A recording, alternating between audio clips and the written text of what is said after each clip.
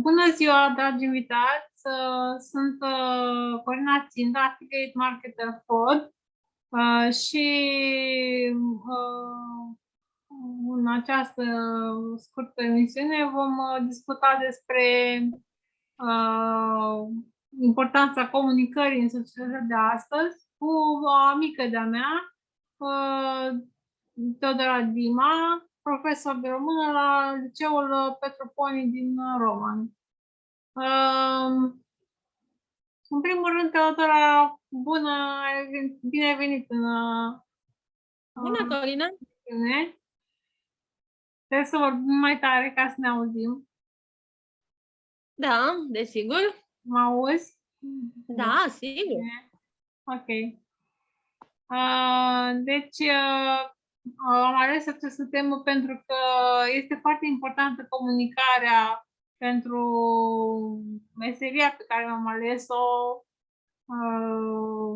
ca activitate suplimentară pe lângă job, anume cea de conector. Pentru a conecta oamenii între ei și cu companii și platforme, trebuie să stăpânești arta comunicării foarte bine, să știi să urmezi anumiți pași ca să ajungi la o anumită finalitate, să obții finalitatea dorită, anume aceea de a integra un membru în echipa ta. Și de asta aș vrea să știu care sunt principiile comunicării clasice. Ce înseamnă și mai ales ce importanță are comunicarea? Desigur că comunicarea este extrem de importantă în societatea noastră. Aș putea zice că nu este vorba numai despre comunicarea în societatea contemporană. Trebuie să punem problema comunicării în societatea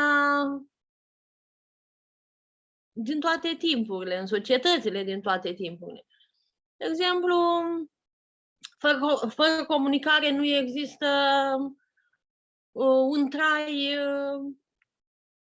un trai normal. Fără comunicare nu se poate coexista. Pornind de la un salut prietenesc până la a destăinui propriile gânduri, a încerca să ne ajutăm unii pe alții atunci când... a stabili o conexiune între persoane, Da, desigur. Construi o relație, o prietenie, măcar virtuală. Exact. La noi. O conexiune reală, nu o conexiune, ca să spunem așa, care răspunde simplelor necesități ale traiului zilnic. Îți dezvolți personalitatea datorită comunicării, pentru că îți conturezi opinii, idei, poți să îți dai seama dacă ideile tale sunt la fel de bune sau nu cu ale celuilalt. Stabilești, bineînțeles, interacțiuni. Pentru noi foarte important este să inspirăm încredere. Înțelegi? Deci, acele persoane cu care comunicăm să capete încredere în noi, să se împrietenească foarte ușor, foarte rapid cu noi, să convingem că ceea ce le propunem este o afacere solidă, de viitor, fără riscuri. Și pentru asta să fim cât mai eficienți în comunicare. De asta am apelat la tine, că tu ești specialist în comunicare oarecum. Da, ar trebui, de fapt, toți oamenii care fac parte din această breaslă a profesorilor să fie specialiști în comunicare, numai cei de limba și literatura română. Da, dar cu excelență, cei de limba română. Corect. Dacă ne gândim, de exemplu, la comunicarea, așa cum ai afirmat, comunicarea legată de mediul de afaceri, chiar și un mediu de afaceri mai mărunt. Într-adevăr, ca să poți obține ceea ce dorești de la cel cu care comunici, trebuie să știi să te exprimi. Asta în primul rând. Trebuie să știi să folosești acei termeni necesari pentru a îl putea convinge de adevărul celor Da, spuse de tine. fără a face exces de neologisme, pentru că ei nu știu ce înseamnă. De exemplu, meseria de conector e o meserie nou apărută, care nici nu e prevăzută în legislație.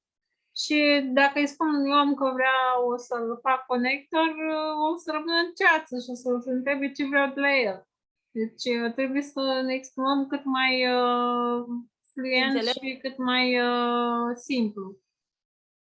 Într-adevăr, cât mai simplu, da. Trebuie folosit, bineînțeles, și termeni de specialitate, pentru că altfel nu vei putea să te exprimi despre afacerea ta, despre domeniul la care se referă afacerea. Depinde și cui ne adresăm, pentru că sunt oameni care au experiență de network marketing și alții care sunt noi în meserie și vor să învețe și ei trebuie să luăm mai ușor. Să folosim termenul uzual. Da, și, de exemplu, ce se poate întâmpla când cineva refuză în totalitate, fie conceptul acela de afacere, cum, de exemplu, ai putea reuși să-l... Încerci să-l întorci, să afli care sunt obiecțiile persoanei respective și să spui că dacă are răbdare, toate obiecțiile vor fi tratate în meeting-ul Zoom care va avea loc în seara de cutare sau în ziua cutare, când are el timp să intre în Zoom. Cam așa procedăm noi. Dar e complicat, într-adevăr, pentru că cei care nu vor să intre nu prea contribuie la nimic nici după. Deși mulți au fost întorși așa înapoi și au intrat, sunt membri în pod și au și rezultate. La mulți s-a insistat mult până când au intrat în pod. Până și la mine, doamna Lili Conache a insistat mult să mă convingă. Noi am avut mai mult discuții telefonice, nu prea am intrat după ce am devenit basic, am impresia că am intrat mai mult în Zoom-uri și în meeting-uri. Dar omul când intră într-un meeting Zoom la noi are un șoc oarecum, pentru că sunt foarte multe informații. Deci, modul de comunicare și la noi nu că lasă dorit, este foarte bine ales, pentru că trebuie să ofere informații necesare omului ca să știe despre ce este vorba când vrea să vină în pod. Dar pe unii hibă și trebuie să reușești să-i convingi să mai vină în Zoom, până înțeleg conceptul. Și trebuie să reușești să-i faci să continue conversația cu tine online, ceea ce e destul de greu între doi străini, practic. Și comunicarea joacă un rol esențial în toată. Am înțeles. Da, modul în care comunici cu ei este esențial. Asta e foarte important, într-adevăr. Ce cuvinte alegi, ce... Da, și comunici nu doar prin mesaje scrise, comunici și prin imagini, prin imagini făcute în Canva, prin podcast-uri vom comunica de acum, prin videoclipuri puse pe Facebook sau pe YouTube, diverse metode de comunicare. S-a diversificat acum mijloacele de comunicare și nu e doar comunicarea scrisă sau comunicarea non-verbală. Iarăși, comunicarea non-verbală are și ea rolul ei. prin gesturi, prin mimică, prin tonalitatea vocii. Și asta contează. Mesajele vocale pe Messenger. Acum deja spui despre comunicarea face-to-face. Nu, vorbeam de comunicarea online. Comunicarea face-to-face avem când mergem la seminarii. Comunicarea online atunci când, de exemplu, da, ai și video, imagine. Și comunicarea prin intermediul imaginii. Da. Da, într-adevăr, e destul de dificil. Atunci se aseamănă ceea ce, de exemplu, poți face atunci când încerci să-l determini pe cineva să înțeleagă acest concept de marketing. Se aseamănă cu ceea ce se întâmplă la reclame. Cu acea comunicare care are loc în momentul transmiterii unei reclame. Pentru că încercăm să influențăm oamenii prin ceea ce spunem, să fim convingători și să reprezentăm firma, compania, produsele, să ne prezentăm pe noi ca oameni care consumă produsele și sunt mulțumiți de ele. Și asta trebuie mesajul care trebuie transmis. Asta e mesajul nostru. Am înțeles, da. Noi suntem consumatori reali, nu influenceri. Influencerii nu consumă realmente, ci doar fac reclamă. Asta e diferența între reclamele obișnuite și ceea ce facem noi. Tu ești în afara network marketingului, nu știi deocamdată despre ce este vorba network marketing, dar e bine că avem discuția asta, că e potrivită pentru cei care sunt novice în network marketing și vor să-și aleagă un business de profil și vor să știe mai multe despre asta. Cred că, în primul rând, trebuie convinși de utilitatea acestei platforme. Noi nu convingem pe nimeni, pur și simplu le prezentăm. Le prezentați și încercați să... Cei care aleg să vină, care aleg să nu vină. Să acceseze. De fapt, aceasta este ideea. Să-i faceți să dorească. Să-i lăsăm curiozitatea, în primul rând, ca să le dăm funnel și să vadă informații și să vină în Zoom-uri. Și apoi să-i facem să revină în Zoom-uri până când se conving că e utilă activitatea asta și că pot să scoată profit din ea. Înțeleg conceptul,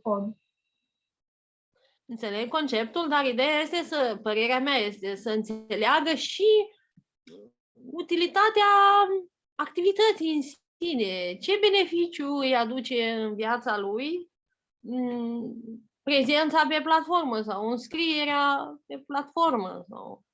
Are acces la anumite informații. Dacă se înscrie ca membru basic gratuit, are acces la anumite informații gratuit, în mod gratuit.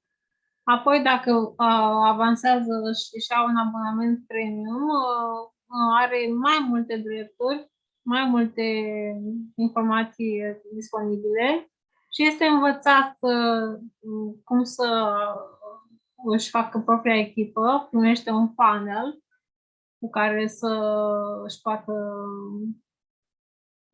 prospecta viitorii coechipieri și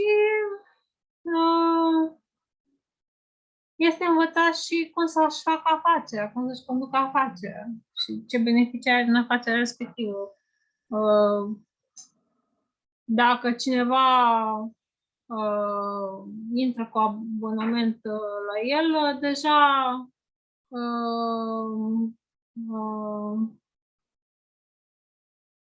primește comision 10% pe primul nivel, apoi pe al doilea nivel 3%, 4% pe al treilea, până la 7% pe al șaptelea nivel.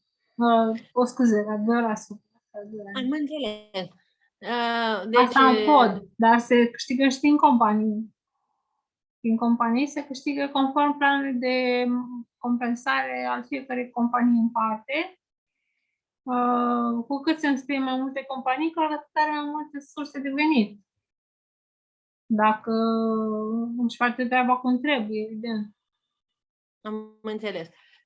Acum, aici înțeleg că e vorba de comunicare mai mult online. Dar să vorbim, de exemplu, despre comunicarea directă. Dacă se oferă posibilitatea ca printre colegii de serviciu să încerci să faci această înscriere. Comunicarea unul la unul directă e mai dificilă, pentru că nu știu cine are atât timp încât să... Asta se făcea pe vremuri. Era marketingul vechi, se făcea așa ceva. Se adunau oameni într-o sufragerie și cu flipchart-ul venea așa, pe vremuri. Deja pe vremuri înseamnă când? Pe vremuri, acum 10-20 de ani. Hai, chiar așa de mult de atunci. Da, da. Și de ce? Deci ți se pare ți s-ar părea mai dificil să comunici cu ei față în față decât, de exemplu, noi acum și discutăm? Da, normal. Este mult mai comod să stai în papuci de casă și să stai la tine acasă pe un scaun și să comunici prin mijloace online decât să iei trenul și să mergi cu mașina, să faci nu știu câți kilometri pe nu știu ce oraș sau nu știu ce țară. Eu mă refeream la colegii de serviciu. Colegii de serviciu nu au întotdeauna aceleași interese cu tine și nu sunt pe aceeași frecvență de undă. Ca să găsești oameni interesați, să ai o arie mult mai largă de prospectare decât cea oferită de colegii de serviciu. Mai ales că eu lucrez într-o instituție cu 7 angajați cadre didactice, restul sunt cadre auxiliare. E dificil. Da, înțeleg. Mie mi s-ar fi părut mai ușor față în față. Plus că, din potrivă, ai mai mult succes pe piața rece, cum o numim noi, piața rece, adică persoanele pe care nu le cunoaștem și pe care le abordăm pe internet și ne facem prietene, decât pe piața caldă, adică între cunoscuți. Am înțeles. Mie, sincer, mi s-ar fi părut mai ușor, de exemplu, să facem comunicare directă, face-to-face, efectiv. Deci ei trebuie să înțeleagă că în momentul în care înscriu oameni în companii, automat, dacă îi înscriu sub ei, li se fac reduceri din comenzile. Deci nu mai comandă cu întreaga sumă, plătesc mai puțin. Iar dacă reușesc că 2 oameni pe conducta principală și 2 oameni pe conducta secundară, ajung să iau produsele gratuit. Dacă își mai deschizi și conducta a treia, cu încă un om măcar pe conducta a treia, încep să aibă și profit. Am înțeles, dar da. Acest sistem dar ne totuși... îndepărtăm de tema... Ne îndepărtăm de tema comunicării. Comunicăm noi între noi, să învățăm pe alții cum să comunice. Da. Da, eu m-aș fi referit, de exemplu, la comunicarea face-to-face. Înțelegi mai bine reacțiile, înțelegi mai bine gândurile. Asta se face la seminarii. Dacă vin la seminarii cei care sunt interesați și încă mai sunt 2 seminarii, nu, unul singur, 2 seminarii, da, unul la München și unul la Poiana Brașov. Dacă vin la seminarii, vor avea în direct, live explicații. Și vor fi prinși de vibe-ul respectivei. Am înțeles. Vor avea un mesaj atractiv, nu? Și canalul va fi mult mai ușor de, cum să spun eu, de accesat. Adică atunci, de exemplu, când comunicăm face-to-face, canalul este aerul, conform schemelor acelora ale comunicării făcute de diversi specialiști. Când comunicăm online, de exemplu, canalul este Internet. telefonul, internetul, da, toată această rețea care face posibilă comunicarea la distanță. Eu mă refeream la expresiile faciale, la acele elemente non-verbale ale comunicării care cred că ar ajuta mai mult decât cele din comunicare. De asta au și avut loc aceste seminarii. A fost un întreg turneu european de seminarii. A început la Predeal și a continuat la București, Cluj, Milano, München la urma și până în Brașov. Am înțeles. Atunci o să și dacă tot am vorbit despre comunicare și vrem să vorbim despre comunicare, am să modific un pic, eu știu, direcția discuției noastre, să vorbim un pic despre comunicarea din familie, din societate, dintre prieteni. Cum vezi în calitate de membru al societății contemporane și după aceea, eventual, îți pot spune și eu cum văd. Cum vezi această comunicare? Este foarte slabă, foarte scăzută. Nu se mai comunică așa ca înainte. Gradul de comunicare între membri. Da. Deci, înainte era mult mai comunicativ, mult mai sociabil. De înainte. Pentru că m-am gândit și eu la copil, vreau să zic. Când erai copil, când eram copii. Da. Când eram tineri. Tineri. Da.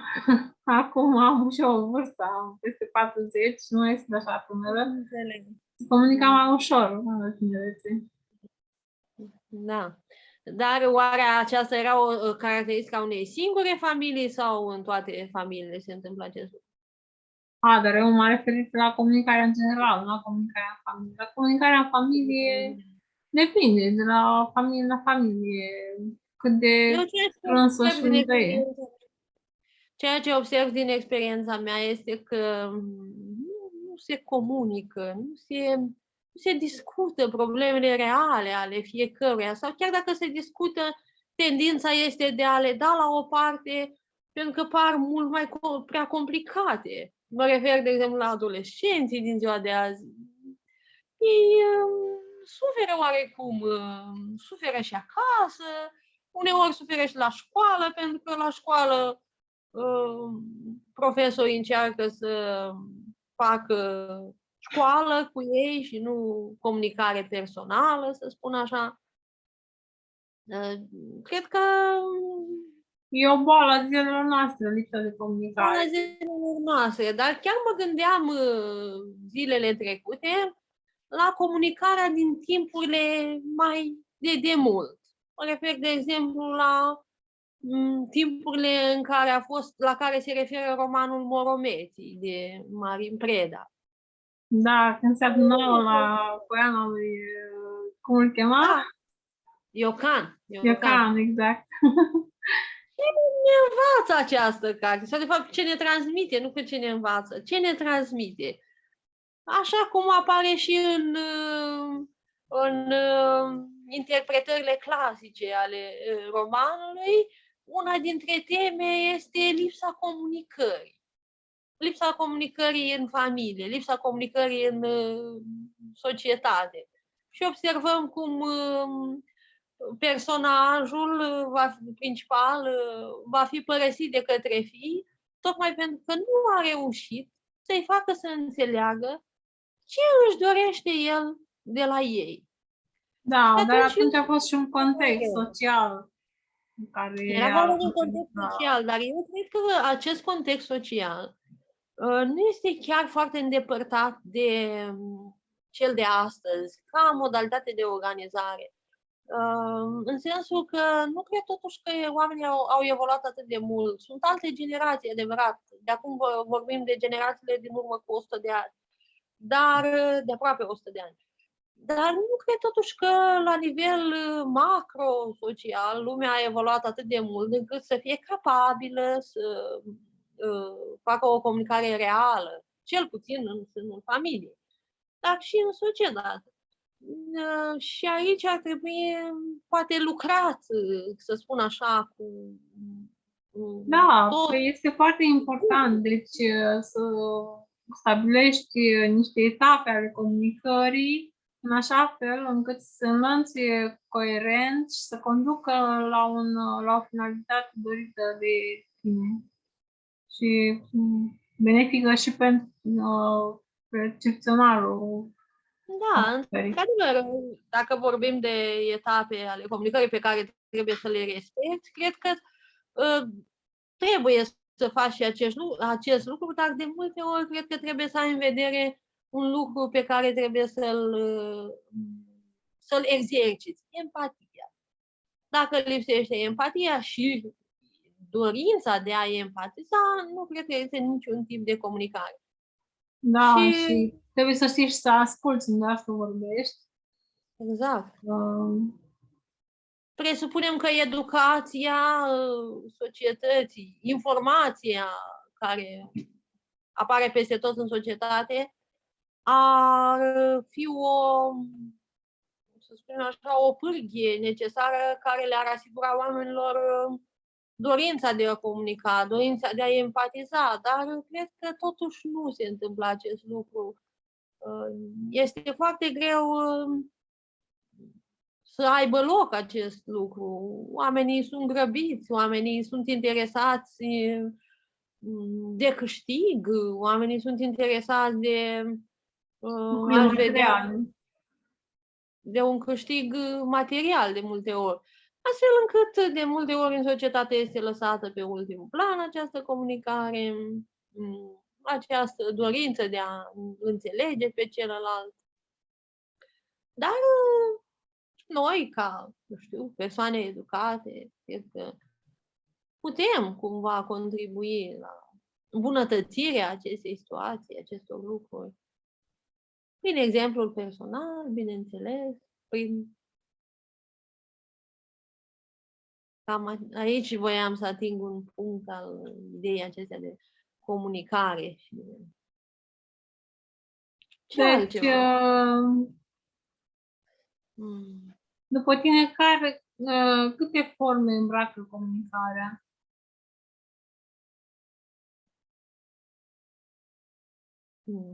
Nu știu, mai încuiat un pic cu această întrebare. La ce forme de comunicarea ca și conținut sau comunicarea ținând cont de locul în care se desfășoară, de mediul în care se desfășoară? De exemplu, comunicarea în familie, comunicarea la serviciu, comunicarea în societate, comunicarea între prieteni. Acesta e legat mai mult de locuri în care se desfășoară comunicarea, dar dacă te referi la mijloace, vorbim de comunicarea online, de comunicarea face-to-face. Poate nu m-am informat suficient referitor la această problemă. Comunicarea verbală, comunicarea non-verbală, comunicarea paraverbală. Evident. Despre care am învățat și noi mereu la limbă și comunicare, că avem modul separat. Comunicarea verbală se referă la cuvintele pe care le folosim, non-verbală se referă la gesturi, mimică și la poziția corpului, iar paraverbală se referă la intonație și la accent, la accentul pus pe cuvinte, într-o propoziție, într-o frază. Cum putem fi mai convingători într-un mesaj vocal, de exemplu? Când trimit un mesaj vocal pe Messenger ca să fiu mai convingătoare, ce anume aș trebui să utilizez?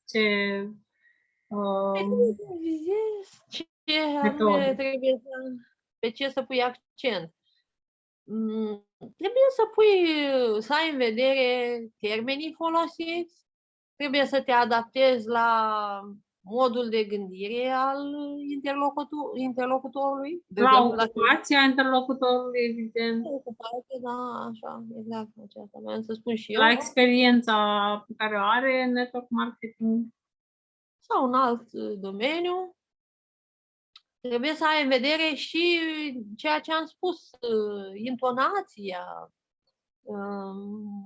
modul de a folosi cuvintele, trebuie să-l facă pe el să nu se simtă agresat de ceea ce îi transmiți.